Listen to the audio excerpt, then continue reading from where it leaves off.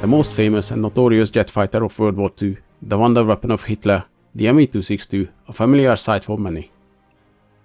It was a revolutionary jump in aviation technology and influenced plane designs well after the war. To understand the origins of the Me-262, we need to go back to the pre-war years, the 1930s, when jet engine development first got to the point when they were actually usable. Well before World War II, engineers were concerned that the propeller-driven planes will reach their limits soon because of the propeller's efficiency. Although even up to the end of World War II, the propeller-driven plane designs kept getting faster and better, it was clear they will reach the end of their life soon.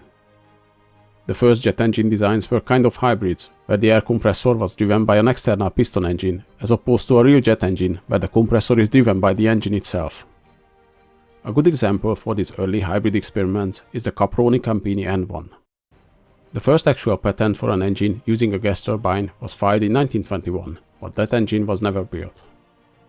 The man known as pioneer for the jet engine was Frank Whittle, who had the idea for a turbojet engine in 1928 and submitted his patent in 1930. About the same time when Frank Whittle was working on his turbojet engine in Britain, there were similar experiments in Germany by Hans von Wachin. His first working jet engine was running in September 1937, just 6 months after Whittle's. A version of this engine powered the world's first jet aircraft, the Heinkel HE-178, in August 1939, just a few weeks before the invasion of Poland. Encouraged by the successful tests, the Germans started working on the idea of an advanced combat aircraft powered by jet engines. Unlike the British, who at the beginning neglected Whittle's jet engine, the Germans were very interested in the new technology. Because it only appeared at the end of the war, many think it was just one of the last attempt wonder weapons. But actually the Me-262, under the name Project 1065, was already under development before the beginning of World War II. The main goal for the project was to create a jet-powered aircraft capable of speeds above 850 km an hour. By mid-1939, the first design was drawn up and submitted. It was slightly different from the final design, but not by much.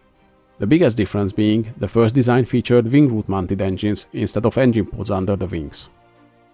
Not a well-known fact, but by this time the Germans had a jet fighter in a much more advanced stage. It was the Heinkel HE-280, which by September 1940 was in a stage where the first airframe was already completed. The main problem with the Heinkel plane was, as expected, the engines. Heinkel tried to build his own jet engines in-house by employing Hans von Wachin. However, the engine development was well behind the projected pace, and through 1940 and 1941 the plane's test flights were mainly done in glider mode. There were even proposals to use the pulse jet engines from the V1 rockets on the aircraft. Finally, at the end of 1942, the HE-280 demonstrated itself with jet engines against the Focke-Wulf 190. The test showed that it was a lot faster than the propeller-driven fighter. But the engine problem still delayed the Heinkel project. Finally, in 1943, the aircraft was tested with the UMO jet engines and worked well enough. But the UMO engines were much bigger and heavier than the ones the plane was designed for, so this prototype was much slower than the Me-262. In March 1943, Heinkel was ordered to stop the project, as the ministry didn't want two competing designs for the limited number of jet engines.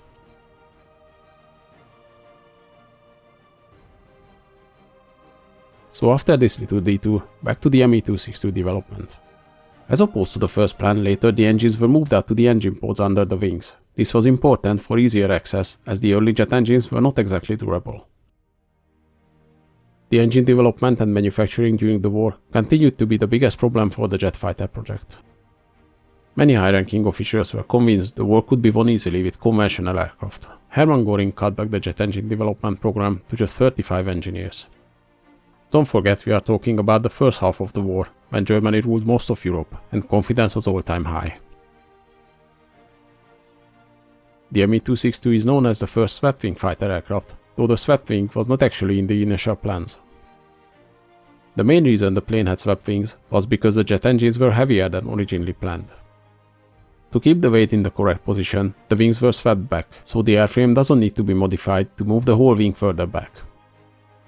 On the first 5 prototypes, only the outer edge of the wings were swept, and the inner part between the fuselage and the engine nacelles remained straight. Later wing tunnel tests showed the advantage of a full swept design, so from the V6 prototype onwards, all models have the signature 18.5 degree swept wings. Test flights began on 18th of April 1941 with the V1 prototype, although jet engines were not ready at the time, so a conventional piston engine was installed in the nose. This conventional engine was still retained after the jet engines were installed, and this saved the prototype actually when in a test flight both jets flamed out. The first only jet-powered flight came with the V3 prototype on 18th of July 1942. This is the flight you see in the background footage. Those of you who are familiar with the Me-262 probably noticed that the plane in the footage has a tailwheel. Up until the V4 prototype, all the Me-262s were built with a conventional tailwheel setup. This was found to be a problem as the jet exhaust deflected up from the runway and interfered with the elevators on takeoff. On the V5 model they switched to a fixed tricycle landing gear, and on the V6 to a fully retractable tricycle gear setup. This was then retained all the way in production. Test flights continued over the coming years, but the problems with the jet engines slowed down the project considerably. Germany had a shortage of metals needed to withstand the extreme heat and pressure in the jet engines, so early engines were so short-lived they often only lasted for one flight. Although the airframe was basically ready by 1942, the lack of engines available prevented mass production until 1944. To overcome this, German engineers changed most of the raw materials in the engines to mild steel with aluminum coating. With this they simplified production, but it was a big compromise as the turbines in the engines only lasted for about 30 hours. The Me-262 featured two Junkers Jumo 004B turbojet engines. The aircraft had a maximum speed of 900 km an hour, which equals approximately 560 miles an hour. This was more than 100 miles an hour more than most Allied fighter aircrafts of the time were capable of. The P-51 had a maximum speed of 710 km an hour, and the P-47 could reach only 686 km an hour. The Me-262 had a cruise speed of 465 miles an hour, and even this was higher than the maximum speed of most propeller-driven fighters of World War II. The plane's maximum range was 650 miles, though because of the engine's high fuel consumption and inconsistency, a low fuel warning light was installed to warn the pilot if the remaining fuel is below 250 liters. The service ceiling was 37,570 feet. The Me-262's speed and climb rate was very impressive at that time and came as a shock to the Allied pilots. The armament on the fighter was equally impressive. It featured four 30mm Mk108 cannons installed in the nose. This was a devastating weapon. A few of its rounds could tear off the wing of a B-17 or blow a smaller aircraft to pieces. The A2 fighter bomber version only featured two cannons, but could be equipped with 250 or 500 kg bombs.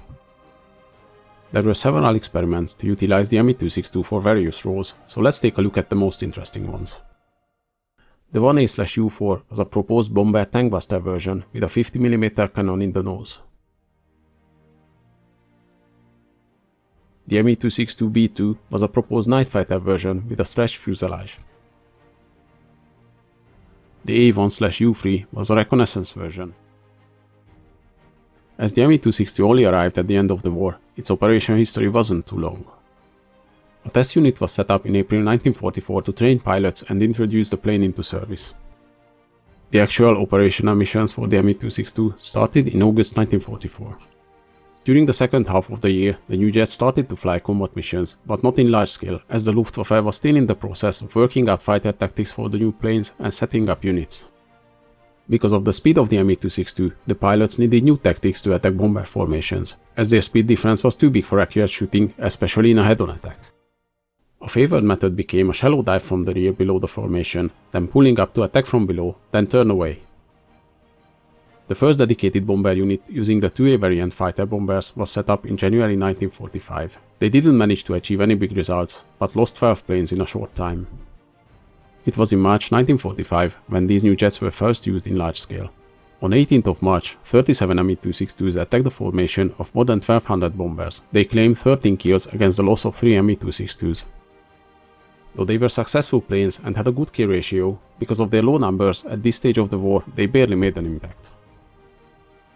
During the last days of the war, the Me-262s were mainly directed to ground attack role against the Red Army, just outside Berlin.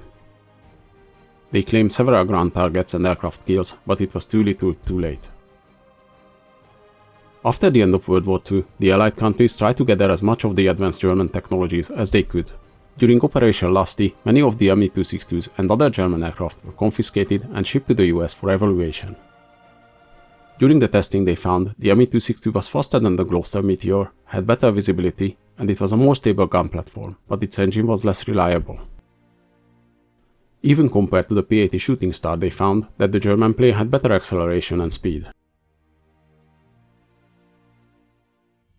From the test they got many innovative ideas. For example, the slats on the F-86 Sabre were based on the ME-262s. Czechoslovakia produced ME-262s after World War II, and they were the first aircraft of their air force. They stayed in service until 1951, when Soviet fighters replaced them.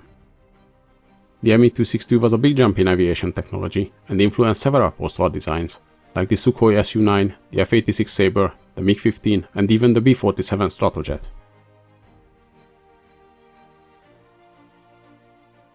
Hope you guys enjoyed this video. Please leave a like and in the comments let me know if there's any interesting events or vehicles you'd like to see.